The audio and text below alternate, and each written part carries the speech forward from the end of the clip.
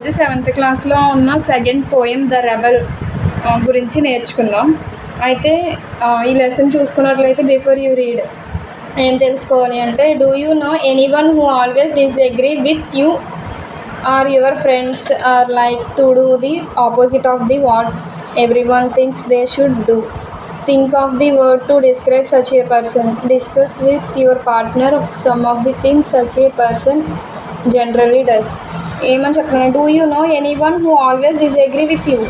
నీకు ఎవరైనా తెలిసిన వాళ్ళు ఉన్నారా నువ్వు డిస్అగ్రీ చేసిన దాన్ని నీతో పాటు డిస్అగ్రీ చేయడం కానీ, నీతో అగ్రీ చేసే వాళ్ళని కానీ నీతో అగ్రీ చేయడం, అదే నీ ఫ్రెండ్స్లో కానీ లేకపోతే నీ ఆపోజిట్ పర్సన్స్ ఎవరైనా కానీ ఇలా ఎవరైనా ఉన్నారా మీరు చేసింది ఎంకరేజ్ చేస్తూ, లేదు అంటే కనుక డిస్కరేజ్ చేస్తూ నీకు ఆపోజిట్గా బిహేవ్ చేసిన వాళ్ళు ఎవరైనా ఉన్నారా? అటువంటి వాళ్ళ గురించే ఈరోజు డిస్క్రైబ్ చేయబోతున్నాం, అంటే వాళ్ళ గురించి చర్చిస్తున్నాం అన్నమాట. Discuss with your partner some of the things such a person generally does. ఏదైనా ఒక పని చేసేటప్పుడు నీ పక్కన ఉన్న పార్ట్నర్ ఎప్పుడైతే నువ్వు అగ్రీ అన్నప్పుడు తను డిస్అగ్రీ అని, లేదు డిస్అగ్రీ అన్నప్పుడు తను అగ్రీ చేసే సిచ్యువేషన్ కానీ వాళ్ళని మనం ఏమంటాము అనే డిస్కషనే ఈ యొక్క పోయం గురించి అనమాట. Now read the poem. ఇప్పుడు మనం పోయం చూద్దాం.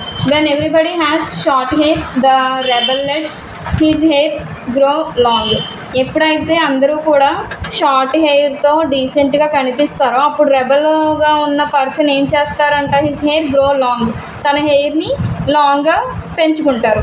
When everybody has long hair, ఒకవేళ లాంగ్ హెయిర్ కలిగి ఉండి అందరూ కనుక ఉన్నట్లయితే the rebel cuts his hair short. అప్పుడు ఆ రెబల్ అనే పర్సన్, రెబల్గా ఉండే వ్యక్తి ఎలా ఆలోచిస్తాడంట, వాళ్ళందరూ లాంగ్ హెయిర్ ఉన్నారు కదా, సో నేను షార్ట్ హెయిర్ ఉంచుకోవాలి అని చెప్పి తన హెయిర్ని కట్ చేస్తారంట. When everybody talks during the lesson, అందరూ కూడా లెసన్లో చర్చించుకుంటూ ఉన్నట్లయితే the rebel does not say a word, దానికి సంబంధించి తను ఎందులోని ఇన్వాల్వ్ అవ్వకుండా సైలెంట్గా ఉంటాడు. When nobody talks during the lesson, ఒకవేళ ఎప్పుడైనా లెసన్ జరుగుతునే టైంలో మాట్లాడకుండా వినవలసిన టైం ఉన్నప్పుడు the rebel creates a disturbance. Rebel character ఉన్న వాళ్ళు ఏం చేస్తారంటే క్రియేట్ ఏ డిస్టర్బెన్స్, సైలెంట్గా ఉండవలసిన సమయంలో డిస్టర్బెన్స్ని క్రియేట్ చేస్తారు. When everybody wear a uniform, మనం స్కూల్కి కానీ లేదా వేరే పర్పస్ ఆఫీస్ కానీ ఏదైనా సరే ఒక యూనిఫామ్ని ధరించి వెళ్ళినట్లయితే the rebel dresses in the fantastic cloth, తను ఒక డిఫరెంట్ ఫెంటాస్టిక్ క్లాత్ని ధరిస్తాడు. When everybody wears fantastic cloth, ఒకవేళ మిగతా వాళ్ళు ఎవరైనా సరే అందరూ కూడా ఫెంటాస్టిక్ క్లాత్ని ధరించినప్పుడు ద రెబల్ డ్రెస్డ్ స్లోబర్లీ, తను ఎలా ఉంటాడంట, ఇంకొక డిఫరెంట్ టైప్ ఆఫ్ డ్రెస్, చూడడానికి ఇలా ఉందేంటి అనే విధంగా తను డ్రెస్ అనేది ధరిస్తాడనమాట.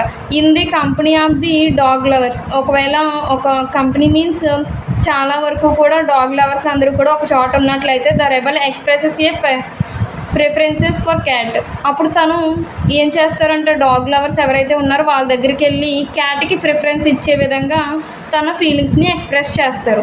ఎవరు, rebel. In the company of cat lovers, ఒకవేళ క్యాట్ లవర్స్ అందరూ కూడా గుంపుగా ఉండి వాళ్ళు షేర్ చేసుకునే ఫీలింగ్ మూమెంట్స్లో రెబల్ క్యారెక్టర్ ఉన్న వాళ్ళు ఏం చేస్తారంట, the rebel puts in the good world for dogs, dogs గురించి వాటి యొక్క విశ్వాసం గురించి ఇలా ప్రతిదీ కూడా డాగ్స్ గురించి చెప్తారంట. When everybody is the praising the sun, ఒకవేళ అందరూ కూడా సన్కి ప్రేయర్ చేస్తున్నట్టయితే సన్ టైంలో ఎంజాయ్ చేసి లేదా మనకి ఎండాకాలం మెచ్చుకున్నట్లయితే కనుక the rebel remarks on the need for rain, వాళ్ళు ఏం చేస్తారంట, రెబల్ క్యారెక్టర్ ఉన్న వాళ్ళు ఏం చేస్తారు, ఇప్పుడు వర్షం పడితే బాగుండు అనే విధంగా తను ఆలోచిస్తాడు. When everybody is greeting the rain, ఒకవేళ అందరూ కూడా ఎందుకు ఎండలు వర్షం వస్తే బాగుండు అనే ఫీలింగ్లో ఉంటే the rebel regrets the options of sun. ఆ టైంలో రెబల్ క్యారెక్టర్ ఉన్నవాడు ఎలా ఆలోచిస్తారంటే regret the options of sun, ఏంటి వర్షాలు చిరాకు వస్తుంది, నాకు సన్లైట్ ఆ టెంపరేచర్ కావాలనిపిస్తుంది అని చెప్పి రెబల్ ఫీల్ అవుతాడట.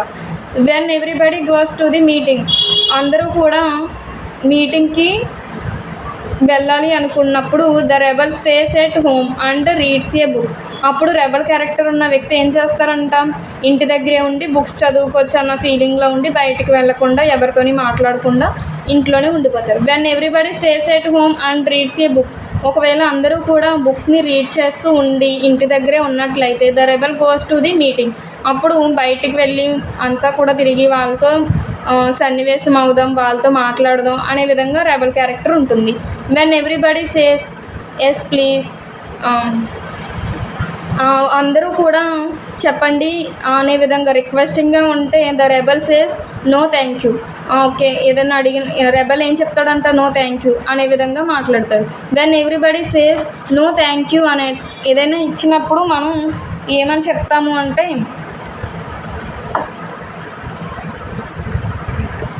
ఎప్పుడైనా మనకి ఏదైనా డ్రింక్ కానీ అలాంటిది ఇచ్చినప్పుడు ఓకే ఇవ్వండి అని మనం తీసుకుంటే రెబల్ క్యారెక్టర్ ఉన్న వాళ్ళు ఏం చేస్తారో నాకు వద్దు అని చెప్పేసి అంటారు. When everybody says no thank you, ఒకవేళ అందరూ కూడా ఇచ్చే డ్రింక్ తీసుకోగలేనప్పుడు అయితే రెబల్ సేస్ ఎస్ ప్లీజ్, నేను తీసుకుంటా అని చెప్పి ఇలాంటివి ఏదైనా మనం అగ్రీ చేసేటప్పుడు ఎస్ అని చెప్పినప్పుడు వాళ్ళు నో అని చెప్తారు. మనం నో చెప్పినప్పుడు అయితే కనుక రెబల్ క్యారెక్టర్ ఉన్న వాళ్ళు ఎస్ అని చెప్తారు. It is very good that we have rebel, నిజానికి మన సొసైటీలో కానీ మన చుట్టుపక్కల కానీ ఆ క్యారెక్టర్ ఉన్న వాళ్ళు ఉండడం మంచిదే.